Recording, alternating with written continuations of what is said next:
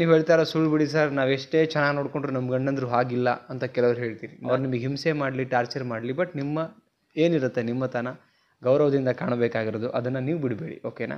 ಆ ಸೆಲ್ಫ್ ರೆಸ್ಪೆಕ್ಟ್ನ ಎಲ್ಲರೂ ಕೂಡ ಸಾಯಿಸ್ಕೊಳ್ಳೋಕ್ಕೆ ಯಾರೂ ಬಯಸಲ್ಲ. ಕರೆಕ್ಟ್? ಸೆಲ್ಫ್ ರೆಸ್ಪೆಕ್ಟ್ ಒಟ್ಟಿಗೆ ಬದುಕಬೇಕಾಗತ್ತೆ. ಸ್ನೇಹಿತರೆ, ವೆಲ್ಕಮ್ ಬ್ಯಾಕ್. ನೀವು ನೋಡ್ತಿದ್ದೀರಾ Jai motivational speaker YouTube channel. Topic ಏನು ಅಂತ ಹೇಳಿದ್ರೆ, ಪತಿಯನ್ನು ಅಟ್ರ್ಯಾಕ್ಟ್ ಮಾಡೋದು ಹೇಗೆ. ನಿಮ್ಮ ಹಸ್ಬೆಂಡ್ ಅಂತ ಏನು ಕರಿತೀರಿ, ಗಂಡ ಅಂತ ಏನು ಕರಿತೀರಿ, ಅವ್ರನ್ನ ಅಟ್ರ್ಯಾಕ್ಟ್ ಮಾಡಿ ಇಟ್ಕೊಳ್ಳೋದು ಕೂಡ ತುಂಬ ಇಂಪಾರ್ಟೆನ್ಸ್ ಆಗುತ್ತೆ. ನಿಮ್ಮ ಸಂಬಂಧ ಚೆನ್ನಾಗಿರುತ್ತೆ, ಸಂಸಾರ ಚೆನ್ನಾಗಿರುತ್ತೆ. ಅದಕ್ಕೆ ಇಲ್ಲಿ ನಿಮಗೆ 4 ಟಿಪ್ಸ್ನ ಶೇರ್ ಮಾಡ್ತೀನಿ. ಆ್ಯಂಡ್ ವಿಡಿಯೋ ನೋಡಿದ್ಮೇಲೆ ಇಷ್ಟ ಆಗಿದ್ರೆ ಲೈಕ್ ಮಾಡೋದನ್ನು ಮರಿಬೇಡಿ. ನಿಮ್ಮ ಅನಿಸಿಕೆನ ಕಮೆಂಟ್ ಮಾಡೋದನ್ನು ಕೂಡ ಮರಿಬೇಡಿ. ಚಾನಲ್ಗೆ ಹೊಸಬರಾಗಿದೆ ಸಬ್ಸ್ಕ್ರೈಬ್ ಮಾಡಿ ಸಪೋರ್ಟ್ ಮಾಡ್ತಾಯಿರಿ. ಆ್ಯಂಡ್ ಕೊನೆ ತನಕ ನೋಡಿ. ಎಲ್ಲ ಪಾಯಿಂಟ್ಸು ತುಂಬ ನಿಮಗೆ ಕೆಲವೊಂದು ಗೊತ್ತಿರಬಹುದು, ಬಟ್ ರೀಕಾಲ್ ಆಗುತ್ತೆ. ಗೊತ್ತಿಲ್ಲದೇ ಇರೋದು ಕೂಡ ನಿಮಗೆ ತಿಳಿತಾ ಹೋಗುತ್ತೆ ಅಂತ ಹೇಳ್ತಾ ವಿಡಿಯೋ ನೋಡಿದ್ಮೇಲೆ ಶೇರ್ ಮಾಡೋದನ್ನು ಮರಿಬೇಡಿ. ಫಸ್ಟ್ ಪಾಯಿಂಟ್ ನೋಡೋಣ. ಮೊದಲನೇದೇನೆಂದರೆ, ರೆಸ್ಪೆಕ್ಟ್ ತುಂಬ ಮುಖ್ಯ ಇರುತ್ತೆ. ಗಂಡನಿಗೆ ರೆಸ್ಪೆಕ್ಟ್ ಕೊಡೋದು ತುಂಬ ಮುಖ್ಯ ಇರುತ್ತೆ. ನೋಡಿ, ಪ್ರತಿಯೊಬ್ಬರಿಗೂ ಒಂದು ಸೆಲ್ಫ್ ರೆಸ್ಪೆಕ್ಟ್ ಅಂತ ಇರುತ್ತೆ.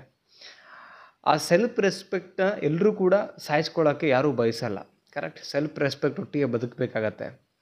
ಸೊ ಆ ಸೆಲ್ಫ್ ರೆಸ್ಪೆಕ್ಟು ನಮಗೆ ನಾವು ಬದುಕಿದ್ದೀವಿ ಅನ್ನೋದನ್ನು ತೋರಿಸ್ಕೊಡುತ್ತೆ. ಸೊ ಹೊರಗಡೆ ಜನ ಎಲ್ರಿಗೂ ಒಬ್ರಿಗೊಬ್ಬರು ಮರ್ಯಾದೆ ಕೊಡ್ತಾ ಇದ್ದರೆ, ರೆಸ್ಪೆಕ್ಟ್ ಗೌರವ ಕೊಡ್ತಾ ಇದ್ದರೆ, ಆ ಒಂದು ಸ್ನೇಹ ಸಂಬಂಧ ತುಂಬ ಚೆನ್ನಾಗಿರುತ್ತೆ.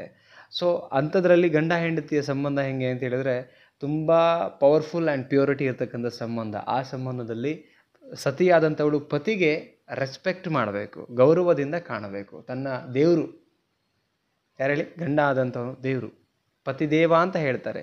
ಸೊ ಆ ಪತಿ ದೇವರಿಗೆ ನೀವು ಪ್ರೀತಿಯಿಂದ ಕಾಣಬೇಕು, ಗೌರವದಿಂದ ಕಾಣಬೇಕು. ಮೊದಲನೇದಾಗಿ ಅವರನ್ನು ಯಾವತ್ತೂ ನೀವು ಅವ್ರು ಹೇಗಾದ್ರು ನಡ್ಕೊಳ್ಳಿ, ನಿಮ್ಮಲ್ಲಿ ನಿಮ್ಮ ಕ್ವಾಲಿಟೀಸ್ ಹೇಗಿರಬೇಕು, ಆ ಚೇಂಜಸ್ ಆಗಕೂಡ್ದು.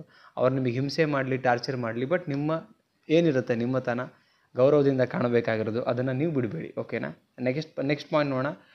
ಗಂಡನ ಇಷ್ಟವನ್ನು ಕಾಪಾಡ್ಕೊಳ್ಳಿ.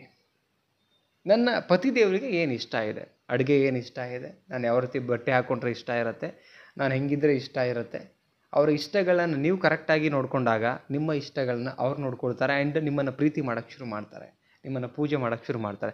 ಹಾಗಂತೇಳಿ ಸರ್ ನೀವು ಹೇಳ್ತಾ ಇರೋ ಸುಳ್ಳು ಬಿಡಿ ಸರ್, ನಾವು ಎಷ್ಟೇ ಚೆನ್ನಾಗಿ ನೋಡ್ಕೊಂಡ್ರು ನಮ್ಮ ಗಂಡಂದ್ರು ಹಾಗಿಲ್ಲ ಅಂತ ಕೆಲವ್ರು ಹೇಳ್ತೀರಿ. ನಾನು ಹೇಳ್ತಾ ಇರೋದು ನಿಜವಾಗ್ಲೂ ಮನುಷ್ಯತ್ವ ಮತ್ತು ಅರ್ಥಗರ್ಭಿತವಾಗಿ ಬದುಕುವಂಥ ಗಂಡನ ಬಗ್ಗೆ ಮಾತಾಡ್ತಿರೋದು. ನಾನು ಎಲ್ಲರ ಬಗ್ಗೆ ಮಾತಾಡ್ತಿಲ್ಲ. ಕೆಲವರು ನೀವೇನೇ ಮಾಡಿದ್ರು ಅವ್ರದ್ದು ಬಿಡಲ್ಲ. ನಾಯಿಗೂ ಹೋಲಿಸ್ಬಾರ್ದು. ಕೆಲವೊಂದು ಕಚಡ ಬುದ್ಧಿಗಳು ಇದ್ದಂಥವ್ರು ಇರ್ತಾರೆ, ಹಂಗಲ್ಲ. ಕೆಲವರು ತುಂಬ ಚೆನ್ನಾಗಿ ಅರ್ಥ ಮಾಡ್ಕೊಂಡು ಬದುಕ್ತಿರ್ತಾರೆ ನೋಡಿ, ಅಂಥ ವ್ಯಕ್ತಿತ್ವದ ಬಗ್ಗೆ ಮಾತಾಡ್ತಾರೆ, ಅಂಥ ಗಂಡು ಮಕ್ಕಳ ಬಗ್ಗೆ ಮಾತಾಡ್ತಾ ಇದ್ದೀನಿ. ನೀವು ಅವರಿಷ್ಟ ಕಷ್ಟಗಳನ್ನು ಅರ್ಥ ಮಾಡ್ಕೊಂಡು ಬದುಕೋಕ್ಕೆ ಶುರು ಮಾಡಿದ್ರೆ, ಅವರು ನಿಮ್ಮ ಇಷ್ಟ ಕಷ್ಟಗಳನ್ನು ಅರ್ಥ ಮಾಡ್ಕೊಳ್ಳೋ ಜೊತೆಗೆ ನಿಮ್ಮನ್ನು ಮೆಚ್ಕೊಳ್ಳೋಕೆ ಶುರು ಮಾಡ್ತಾರೆ. ರೈಟ್? ಆವಾಗ ದಾಂಪತ್ಯ ತುಂಬ ಚೆನ್ನಾಗಿರುತ್ತೆ.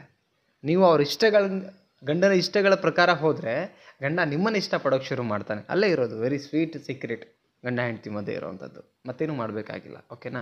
ನೆಕ್ಸ್ಟ್ ಪಾಯಿಂಟ್ ನೋಡೋಣ. ಆಕರ್ಷಕ ವ್ಯಕ್ತಿತ್ವ ಬೆಳೆಸ್ಕೊಳ್ಳಿ. ಯಾವತ್ತೂ ಈ ಪರ್ಸ್ನಾಲಿಟಿ ಅಂತ ಹೇಳ್ತೀವಿ, ವ್ಯಕ್ತಿತ್ವ, ನಮ್ಮ ವ್ಯಕ್ತಿಯನ್ನು ರೀಪ್ರೆಸೆಂಟ್ ಮಾಡೋದೇ ನಮ್ಮ ವ್ಯಕ್ತಿತ್ವ. ಒಬ್ಬ ವ್ಯಕ್ತಿನ ರೀಪ್ರೆಸೆಂಟ್ ಅಂದರೆ ನಮ್ಮನ್ನು ತೋರಿಸ್ಕೊಡುತ್ತೆ ನಮ್ಮ ವ್ಯಕ್ತಿತ್ವ, ನಮ್ಮ ಸಂಸ್ಕಾರ, ಉಡುಗೆ ತೊಡುಗೆ, ಮಾತು, ನಯ, ನುಡಿ, ಗೌರವ ಕೊಡುವಂಥದ್ದು, ದೊಡ್ಡವರು ಬಂದಾಗ ಏನು ಮಾತಾಡಬೇಕು, ಇವೆಲ್ಲನೂ ಕೂಡ ನಮ್ಮ ವ್ಯಕ್ತಿಯನ್ನು ಪರಿಚಯ ಮಾಡಿಸುತ್ತೆ ನಮ್ಮ ವ್ಯಕ್ತಿತ್ವ. ಸೊ ಆ ವ್ಯಕ್ತಿತ್ವ ನಿಮ್ಮದಾಗಿಸಬೇಕು. ಹೆಣ್ಣು ಮನೆಗೆ ಕಣ್ಣು ಅಂತ ಹೇಳ್ತಾರೆ. ಹೆಣ್ಣು ಮನೆಗೆ ಕಣ್ಣು ಆ ಒಂದು ಪದ ತೆಗೆದು ಬೇರೆ ಇನ್ಯಾವುದು ಆ್ಯಡ್ ಮಾಡ್ಕೊಳ್ಬಾರ್ದು. ಅಂಥ ಹೆಣ್ಣಾಗಬಾರ್ದು. ಆ್ಯಕ್ಚುಲಿ ಏನೇ ಟೆಕ್ನಾಲಜಿಗಳು ಬರಲಿ, ಏನೇ ಚೇಂಜಸ್ ಆಗಲಿ, ನೀವೆಷ್ಟೇ ಓದಿರಿ, ಬಟ್ ನೀವು what ever doctor, MBBS, engineer ಏನೇ ಆಗಿರಲಿ, ಗಂಡನಿಗೆ ಹೆಂಡತಿ ಅನ್ನೋದನ್ನು ಮರಿಬೇಡಿ. ನೀವೇನೇ ಆಗಿರಿ, ಗಂಡನಿಗೆ ಹೆಂಡತಿ ಅನ್ನೋದನ್ನು ಮಾತ್ರ ಮರಿಕೊಡೋದು. ಯಾರು ಮರಿತಾರೆ, ಅಹಂಕಾರದಲ್ಲಿ ಮೆರಿತಾರೆ, ತಮ್ಮ ಜೀವನ ತಾವೇ ಹಾಳು ಮಾಡ್ಕೋತೀರಿ.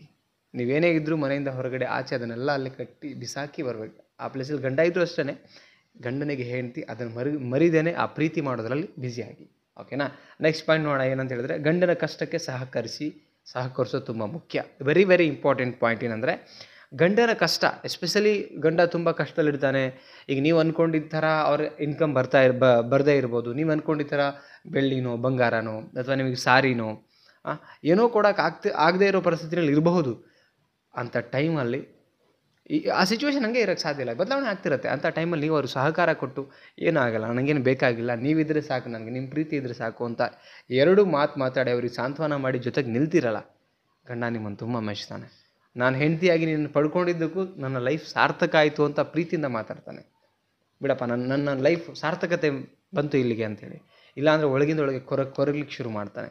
ಅಂಥ ವ್ಯಕ್ತಿತ್ವ ಸೊ ನಿಮ್ಮಲ್ಲಿರಲಿ. ಸೊ ಅವನ ಕಾರಣಕ್ಕೆ ಹೇಳ್ತೀನಿ, ಗಂಡನ ಕಷ್ಟ ಸಮಯದಲ್ಲೇ ನೀವು ಜೊತೆಯಾಗಿ ನಿಲ್ಲೋದು ತುಂಬ ಮುಖ್ಯ ಇರುತ್ತೆ. ಸ್ನೇಹಿತರೆ, ಸಿಂಪಲ್ ಆಗಿದೆ, ತುಂಬ ಸಿಂಪಲ್ ಆಗಿದೆ.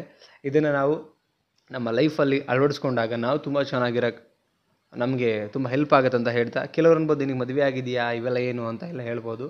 ನೋಡಿ, ನಿಮಗೆ ಇಷ್ಟ ಆದರೆ ವಿಡಿಯೋ ಪಾಯಿಂಟ್ಸ್ ತಗೊಳ್ಳಿ. ಅನ್ಯಥಾ ಏನೇನೋ ಮೆಸೇಜ್ ಮಾಡಿದ್ರೆ ನಿಮ್ಮ ವ್ಯಕ್ತಿತ್ವ ಅಲ್ಲಿ ತೋರಿಸ್ಕೊಡುತ್ತೆ. ನನಗೇನು ಬೇಜಾರಿಲ್ಲ, ನನಗೆ ಇನ್ಫಾರ್ಮೇಟಿವ್ ವಿಡಿಯೋ ಮಾಡಬೇಕಂತ ಅನ್ನಿಸ್ತಾ ಇದೆ, ಸೊ ವಿಡಿಯೋ ಮಾಡ್ತಾ ಇದ್ದೀನಿ. ಆ್ಯಂಡ್ ಕೌನ್ಸಿಲಿಂಗ್ ಬೇಕು ಅನಿಸಿದ್ರೆ ರಿಲೇಷನ್ಶಿಪ್ ಮೇಲೆ ಕಾಂಟ್ಯಾಕ್ಟ್ ನಂಬರ್ನ ಕೊಟ್ಟಿರ್ತೀನಿ, ಕಾಂಟ್ಯಾಕ್ಟ್ ಮಾಡಿ. ಬಟ್ ಫೀಸ್ ಇರುತ್ತೆ, ಫ್ರೀ ಕೌನ್ಸಿಲಿಂಗ್ ಮಾಡಲ್ಲ, 1 ತಾಸು ಟೈಮ್ ಕೊಟ್ಟಿರ್ತೀವಿ. ಅಪಾಯಿಂಟ್ಮೆಂಟ್ ತೊಗೊಂಡು ನೀವು ಕೌನ್ಸಿಲಿಂಗ್ ತೊಗೊಳ್ಬೋದು. ಆ್ಯಂಡ್ ನಿಮ್ಮ ಅನಿಸಿಕೆಯನ್ನು ಕಮೆಂಟ್ ಸೆಕ್ಷನಲ್ಲಿ ಕಮೆಂಟ್ ಮಾಡಿ. ಮತ್ತೊಂದು ಟಾಪಿಕಲ್ಲಿ ಸಿಗ್ತೀನಿ. ಇದೇ ಥರ ಸಪೋರ್ಟ್ ಮಾಡಿ. ಆದಷ್ಟು ಬೇಗ ನಾಳೆಗೆ 16,000 ಕಂಪ್ಲೀಟ್ ಆಗುತ್ತೆ ನಮ್ಮ ಯೂಟ್ಯೂಬ್ ಚಾನಲು. ಸೊ ಬರೋ ಇನ್ನೊಂದು ವಾರದೊಳಗಡೆ 20,000 ಕೂಡ ಕಂಪ್ಲೀಟ್ ಆಗಲಿ. ನಿಮ್ಮ ಪ್ರೀತಿ ಇದೇ ಥರ ಸಿಗ್ತಾ ಇರಲಿ ಅಂತ ಹೇಳ್ತಾ ಮತ್ತೊಂದು ಟಾಪಿಕಲ್ಲಿ ಸಿಗ್ತೀನಿ. Thank you so much. ನಮಸ್ತೆ.